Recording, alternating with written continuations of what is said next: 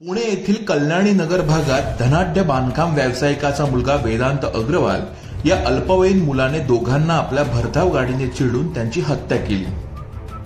परंतु त्यानंतर या धनाढ्य कुटुंबाला वाचवण्यासाठी मात्र लाचार महायुती सरकार कटिबद्ध असल्याचं दररोज समोर येणाऱ्या घटनांमधून पाहायला मिळतंय।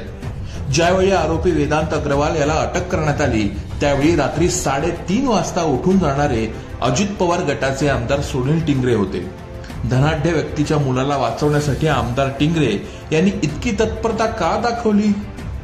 दारू पिऊन वेदांत अग्रवाल हा गाडी चालवत नव्हता हे सिद्ध करण्यासाठी ससून रुग्णालयातील अधिकारी डॉक्टर अजय तावरेकडून ब्लड सॅम्पलमध्ये फेरफार करण्यात आले। अजित पवार गटाचे आमदार सुनील टिंगरे यांनी मंत्री हसन मुश्रीफ यांना पत्र लिहून डॉक्टर अजय तावरे यांची नियुक्ती ससून रुग्णालयात केली। दोघांचा जीव घेणाऱ्या वेदांत अग्रवालला वाचवण्यासाठी आमदार टिंगरे यांनी इतके आग्रहीपणा का दाखवला?